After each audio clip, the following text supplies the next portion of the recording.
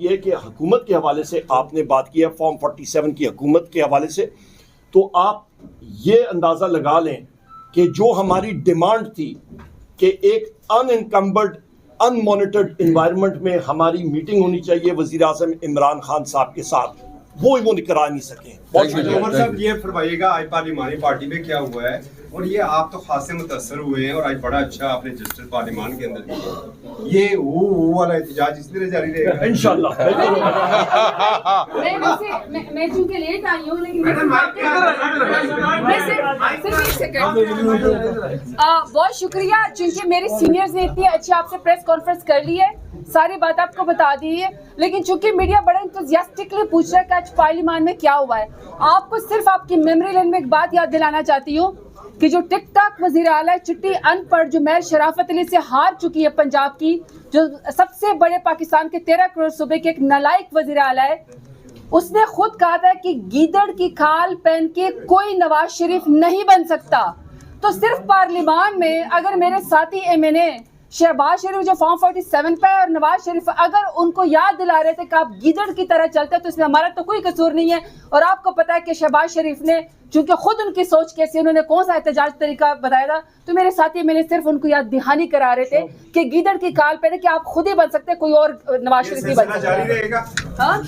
یہ سلسلہ جاری رہے گا. یہ جو طریقہ ہے نا، یہ تو پھر ظاہری بات آپ فارم 47 والے وزیر اعظم سے پوچھے، وہ آپ کو بتا سکتے ہیں کہ آج انہوں نے کون سا طریقہ نکالا ہے، کل کا طریقہ نکالا ہے، پرسوں کیا طریقہ نکالیں گے. بہت بڑے چیلنجز ہمیں درپیش ہے.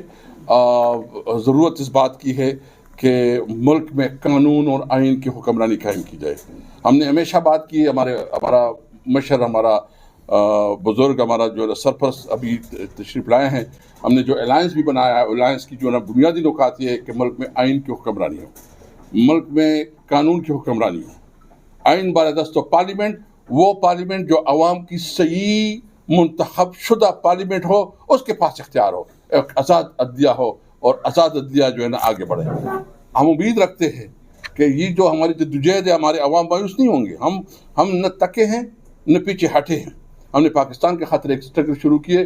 مجھے پتہ ہے کہ ابھی خواجہ آصف اور باقی لوگ جو جس طرح رویہ رکھ رہے ہیں اور کوشش ہے، اور جو تانے دے رہے ہیں، کوشش کر رہے ہیں کہ اس مذاکرات کو، اس کو سبوتاج بھی کرے اور یہ مختلف پروپیگنڈی بھی کر رہے ہیں. میں نے بتایا ہمارا صرف ایک وجہ ہے کہ پاکستان کے خاطر ہم آگے بڑھنا چاہتے ہیں.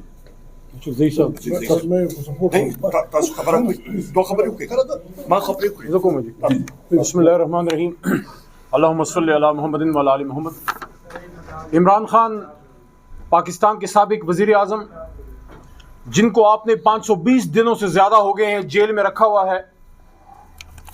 میں نے قومی اسمبلی کے فلور پہ جناب شہباز شریف صاحب، جو کہ حالانکہ فارم 47 کے وزیر اعظم ہیں لیکن ہیں تو وزیر اعظم کی کرسی پہ، ان سے میں نے یہ سوال کیا کہ بطور وزیر اعظم آپ کی ایک ذمہ داری بنتی تھی کہ آپ یہ کہتے کہ جب وزیر آباد میں جناب عمران خان صاحب پہ حملہ ہوا، آپ کہتے کہ عمران خان صاحب سے میرا سیاسی اختلاف ہے لیکن میرے ملک کا سابق وزیر اعظم ہے، میں آرڈر دیتا ہوں کہ ان ہاتھوں کو لوہے کی سلاخوں سے باندھ کے جیل میں ڈالا جائے اور ان سازشی عناصر تک پہنچا جائے جنہوں نے میرے ملک کے سابق وزیر اعظم جناب عمران خان صاحب پہ حملہ کیا. افسوس کی بات ہے سابق وزیر اعظم عمران خان پہ حملہ ہوتا ہے اور اس پارلیمان میں آواز تک نہیں ہوتی. ہمیں کیا پتا تھا کہ عمران خان پہ وزیر آباد کا حملہ تو صرف ابتدا ہے. یہ جو ادھر ڈی چوک میں ہوا ہے، آپ کیا سمجھتے ہیں بھول جائیں گے؟ قرآن میں اللہ کہتے ہیں جس نے ایک ناحق خون بہایا ہے اس نے پوری انسانیت کا قتل کیا ہے. کس نے یہ قتل کیا؟ یہ آرڈر کس کا تھا؟ وہ لوگ تو بندوق چلا رہے تھے جو ادھر چھتوں پہ بیٹھے ہوئے تھے. پیچھے آرڈر کس کا تھا؟ میاں شہباز شریف صاحب، آصف علی زرداری صاحب، آپ دونوں کے نیچے یہ سارا ہو رہا ہے. جتنے بھی ادارے ہیں وہ وزیر اعظم پاکستان کو رسپونڈ کرتے ہیں اور اس کے نیچے ڈیفنس منسٹری کے ایک ڈیفنس منسٹر کو رسپونڈ کرتے ہیں. میں حیران ہوں. خواجہ آصف صاحب کے پاس ہر چیز پہ بات کرنے کا وقت ہے، عمران خان صاحب پہ بات کرنے کا وقت ہے. وقت نہیں ہے تو نہ قوم کو یہ بتاتے ہیں کہ لا الہ الا اللہ محمد الرسول اللہ کے نام پہ بنے ہوئے ملک میں اس پارلیمنٹ کے سامنے جس کے ماتھے پہ لا الہ الا اللہ محمد رسول اللہ لکھا ہوا ہے، کون تھے وہ ہاتھ جنہوں نے پاکستانی سینوں کو گولیوں سے چاک کیا؟ قومی اسمبلی کے فلور پہ علی محمد عمران خان کا ایک ادنا ورکر یہ سوال کر چکا ہے آج سے 20-25 دن پہلے کہ آپ کو یہ گولیاں ہم نے دشمن کے سینے چاک کرنے کے لیے دیے تھے، نہ کہ پاکستانیوں کے۔ میرے مردان کا صدر علی، اس کی شہید لاش اور اس کے گھر کے افراد سوال کرتے ہیں صدر علی کو کس نے شہید کیا؟ ہرے پور کا عمران عباسی، اس شہید کی قبر جو کہ میرے بڑے بھائی عمر ایوب صاحب کا حلقہ ہے، اس کی فیملی سوال کرتی ہے کہ عمران عباسی تو اپنا ایک حق استعمال کرنے گیا تھا ڈی چوک پرامن احتجاج کا، اس کی لاش کیوں آئی؟ وہ بارڈر پہ تو لڑنے نہیں گیا تھا، وہ کشمیر کے بارڈر پہ نہیں گیا تھا، وہ پاکستان کے ڈی چوک پہ گیا تھا۔ میرے چار سدے کے تاج الدین کے چھوٹے چھوٹے بچے سوال کرتے ہیں، 5 بچے ہیں اس کے، 4-5 بچے سوال کرتے ہیں۔ میں جب بیٹھا ہوا تھا ان بچوں کے سامنے ایک شخص نے موبائل پہ ان کے والد کی ویڈیو دکھا رہے تھے جس میں اس کی گولی زدہ لاش ہے اور بچے اپنے باپ کی لاش کو دیکھ رہے ہیں۔ یہ بچے جب بڑے ہوں گے آپ ان سے کون سی محبت کی توقع کرتے ہیں؟ عمران خان صاحب نے تو پاکستانی قوم کو پاکستان زندہ باد پہ رکھا ہے، تحریک انصاف کا ہر ورکر پاکستان زندہ باد ہے، تبھی وہ عمران خان صاحب کے ساتھ ہے۔ اسلام آباد کے انیس ستی کی لاش گھر آتی ہے، اس کے والد صاحب نے مجھے خود بتایا، میں ایک ایک شہید کے گھر گیا ہوں۔ اس کے والد صاحب نے بتایا کہ انیس ستی جب گھر سے رخصت ہو رہا تھا اپنی والدہ محترمہ کو اس نے کہا کہ میں عمران خان صاحب کو آزاد کرنے جا رہا ہوں، یا کامیاب ہوں گا یا شہید ہو جاؤں گا۔ یہ اتنا جذبہ تھا۔ یعنی کہ آج یہ فیصلہ آنے والا ہے۔ سب سے پہلا سوال کہ ان کو پتہ کیا چلا، کیسے چلا اور کس نے بتایا کہ یہ فیصلہ آنے والا ہے؟ اس کا مطلب ہے کہ ڈرافٹنگ کہیں پہ ہو رہی ہے یا ہو گئی ہے اور ان کو دیا گیا ہے۔ اس چیز کو ہم لوگ کنڈیم کرتے ہیں۔ یہ کینگرو کورٹ ہے اور کینگرو کورٹ پاکستان کے آئین اور قانون میں ہم لوگ بالکل نہیں اور اس کو ریجیکٹ کرتے ہیں۔ دوسری اہم بات، القادر کیس کا موضوع کیا ہے؟ اس سے پہلے بھی ہم نے پریس کانفرنس کی آج دوپہر کو، میں فلور آف دا ہاؤس پہ بھی میں نے بتایا، اس کی تفصیل میں بالکل شارٹ الفاظ میں اس کی سمریہ بتاؤں۔ برطانیہ میں نیشنل کرائم ایجنسی ہے، اس کے ساتھ پاکستانی شہریت کے ایک بزنس مین ہے، انہوں نے ڈیل کی اور انہوں نے کہا کہ یہ پروسیڈرز آف کرائم نہیں ہے، انہوں نے کہا جی کہ پیسہ واپس پاکستان جانا چاہیے۔ وہ پاکستان پیسہ آیا پاکستان کی سپریم کورٹ کی اکاؤنٹ میں، سپریم کورٹ سے وہ پیسہ گیا ہے آپ کے سرکار کے اکاؤنٹ میں۔ وزیر اعظم عمران خان صاحب اور بشرا بی بی صاحبہ کیسے کیا لینا دینا، ایک ٹیڑی پیسے کا بھی وہ اس کے ساتھ تعلق نہیں۔ القادر یونیورسٹی کی گراؤنڈ بریکنگ 2019 میں ہوئی، 2018 کے آخر میں 19 میں ہوئی، اور یہ تقریباً 1 سال بعد جو ہے یہ NCA کا کیس جو ہے یہ آیا تھا۔ سو لہٰذا اس کا کوئی تعلق ہی نہیں وزیر اعظم عمران خان صاحب سے۔ ہاں جو سوال پوچھنا چاہیے کہ ون ہائیڈ پارک جو پراپرٹی 190 ملین پاؤنڈ کی خریدی گئی اور بیچی گئی، بیچنے والی پارٹی کا نام حسن نواز ہے جو نواز شریف کا بیٹا ہے، اس سے پوچھا جائے کہ یہ پروسیڈ آپ کے پاس آئے کدھر سے؟ یہ پیسہ پاکستان سے گیا، اونٹوں کے ذریعے گیا، لانچوں کے ذریعے گیا، یہ پیسہ گیا کہاں سے کہ تم لوگوں نے وہ پراپرٹی پہلے خریدی اور اس کے بعد بیچی؟ تو لہٰذا پہلے اس کا ان لوگوں کو، مسلم لیگ نون کے لوگوں کو اور اس فارم 47 کے لوگوں کو ضرور جواب دینا چاہیے۔ بہت شکریہ جی۔ اوور ٹو اسد کیسر صاحب اور پھر علی محمد خان صاحب۔ بسم اللہ الرحمن الرحیم۔ سب سے پہلے تو آج ہم نے جو اسمبلی سے واک آؤٹ کیا ہے، بنیادی مقصد عمر ایوب صاحب نے آپ کے سامنے رکھی ہے۔ ہمارا یہ احتجاج اس وقت تک رہے گا بنیادی طور پر جب تک یہ جوڈیشل کمیشن نہیں بنتا، اور انڈیپینڈنٹ جوڈیشل کمیشن جو کہ ایک نیوٹرل اور سب کو قابل قبول ہو۔ یہ نہیں ہم کہتے کہ صرف ہمیں جو ہے نا قابل قبول ہو، اب چاہتے کہ دونوں فریقین کو جو ہے نا وہ قابل قبول ہو۔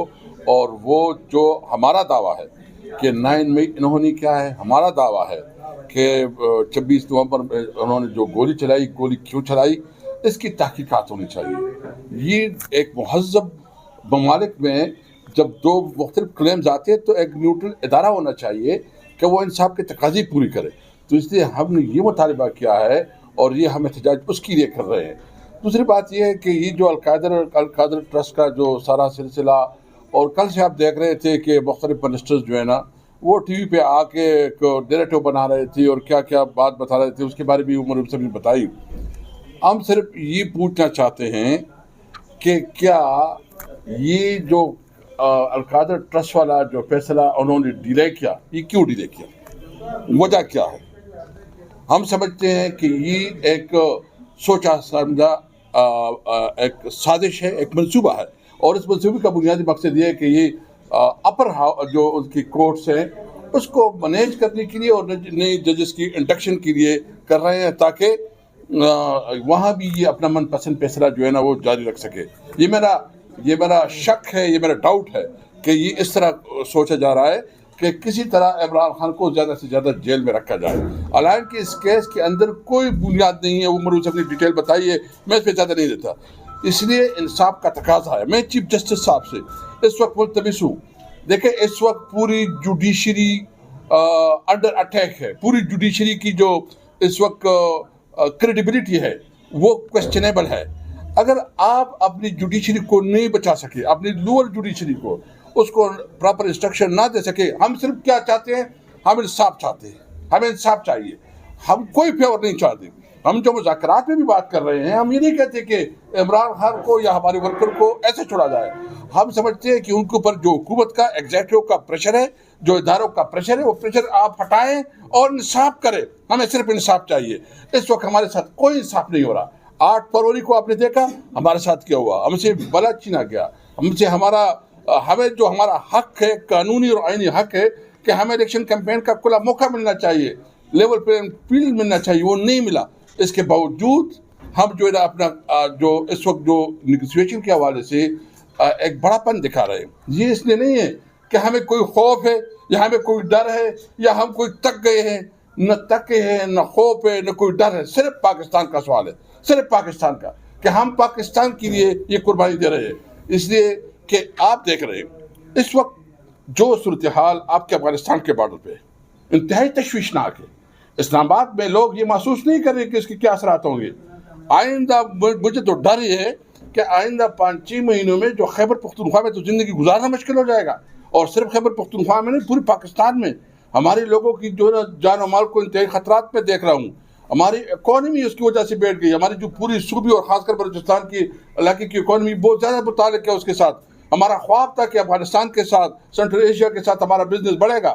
اور ہمارے وقت میں جو ایکسپورٹ تھا وہ $2.7 بلین تک پہنچ گیا تھا ہمارے اقدامات کی وجہ سے کہ ہم نے نئے آؤٹ لیٹ کھولے، ہم نے نئی انگور اڈا، خرلاچی اور غلام خان میں جو ہے نا بزنس اپرچونٹی دی. ایک خوشحالی آئی. آپ نے اس سے کاروبار بھی چھین لیا، آپ نے وہ کاروبار بھی چھین لیا جو ہماری امید تھی وہ بھی ختم کر دی. اور اس کا نقصان کیا ہے کہ مایوسی پھیل رہی ہے، نا امیدی پھیل رہی ہے. نوجوان جو ہے نا وہ تشدد کی طرف، ایکسٹریمزم کی طرف جو رائب ہو رہے ہیں. تو آپ کی جو بارڈرز پہ جو سچویشن، ایران کے ساتھ آپ کے جو تعلقات ہیں، انڈیا کے ساتھ، ایون چائنا کے ساتھ، اس سب کے باوجود جو ملک میں معاشی حالات ہے اور جو ملک میں سیاسی عدم استحکام ہے، ہم نے اپنے ملک کے لیے ایک بہت پولیٹیکل پارٹی ہے، ہمارے ساتھ جو ظلم ہوا